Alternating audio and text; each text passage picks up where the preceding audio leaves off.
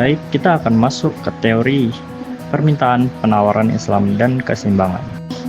Dalam kehidupan ekonomi sehari-hari, selalu terdapat permintaan atau demand dan penawaran atau supply yang saling mempengaruhi.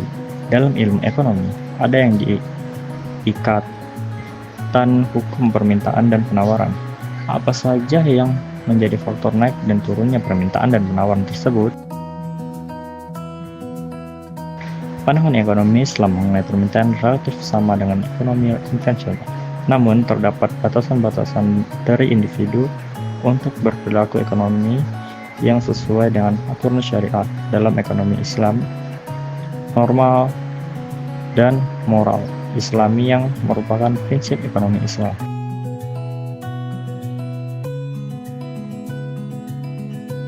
Berikutnya yaitu teori permintaan dan penawaran. 1. Permintaan. Definisi permintaan. Dalam ilmu ekonomi, permintaan disebut dengan istilah demand yang berarti suatu keinginan konsumen untuk membeli suatu barang pada berbagai tingkat harga selama periode waktu tertentu. Berikutnya, hukum permintaan. Hukum permintaan jelaskan sifat hubungan antara permintaan suatu barang dengan tingkat harganya. Hukum permintaan pada hakikatnya merupakan suatu hipotesis yang menyatakan bahwa semakin rendah harga suatu barang maka semakin banyak permintaan terhadap barang tersebut. Sebaliknya, makin tinggi harga suatu barang maka makin sedikit permintaan terhadap barang tersebut. Hukum permintaan tersebut berlaku jika asumsi-asumsi yang dibutuhkan terpenuhi.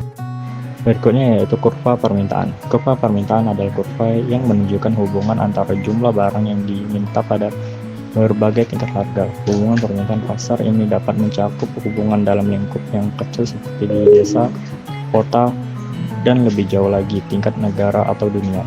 Kurva ini mempunyai gradien atau kemiringan atau slope negatif. Artinya slope pada kurva ini menurun dari kiri atas ke kanan bawah. Hal ini menunjukkan bahwa hubungan antar harga dengan permintaan adalah berbanding terbalik. Baik, berikutnya yaitu kita masuk ke penawaran.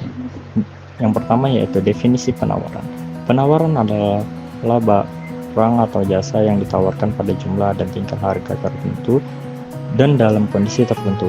Hubungan antara jumlah penawaran barang dan jasa dinyatakan dalam hukuman penawaran yaitu perbandingan lurus antara harga terhadap jumlah yang ditawarkan.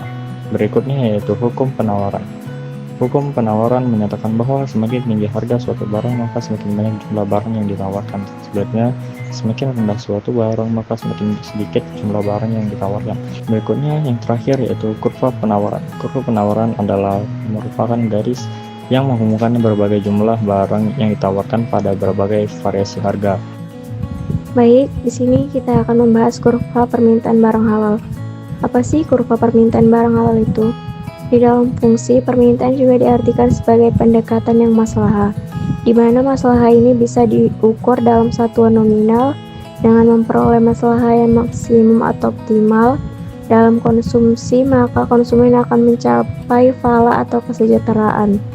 Pendapat Ibnu Taimiyah, ada hal-hal yang mempengaruhi permintaan, yaitu keinginan dari masyarakat mengenai suatu barang yang bermacam-macam jenisnya, dan keinginan selalu tidak sama, jumlah dari calon pembeli pada suatu barang, kualitas konsumen yang mana memiliki pendapatan atau gaji menjadi salah satu ciri kualitas konsumen yang baik. Materi berikutnya ada konsumsi intemporal dalam Islam dan konvensional. Yang pertama, konsumsi intemporal dalam Islam. Bagian ini merujuk pada Munzir Kaf yang berusaha mengembangkan pemikiran tentang hal ini dengan memulai membuat asumsi sebagai berikut. Yang pertama, Islam dilaksanakan oleh masyarakat. 2. Zakat hukumnya wajib. 3. Tidak ada riba dalam perekonomian. 4. Mudharabah wujud dalam perekonomian. Dan yang terakhir, pelaku ekonomi bersikap rasional dengan memaksimalkan kemaslahatan. Baiklah, yang kedua ada konsumsi intemporal dalam konvensional. Konsumsi intertemporal adalah konsumsi yang dilakukan dalam dua waktu, yaitu masa sekarang atau periode pertama dan masa yang akan datang atau periode kedua. Dalam ekonomi konvensional, pendapatan adalah penjumlahan konsumsi dan tabungan, atau secara matematika ditulis Y sama dengan C tambah S. Keterangannya, Y adalah pendapatan, C adalah konsumsi, dan S adalah tabungan. Pada prinsipnya, perilaku konsumen di mana terjadi selisih antara pendapatan dengan jumlah uang yang digunakan untuk konsumsi dapat dibagi menjadi 3. Yang pertama, leader, di mana jumlah lebih kecil daripada pendapatan. Yang kedua, borrower, di mana jumlah konsumsi lebih besar daripada pendapatan. Dan yang ketiga, Polonius point, di mana jumlah konsumsi sama dengan jumlah pendapatan.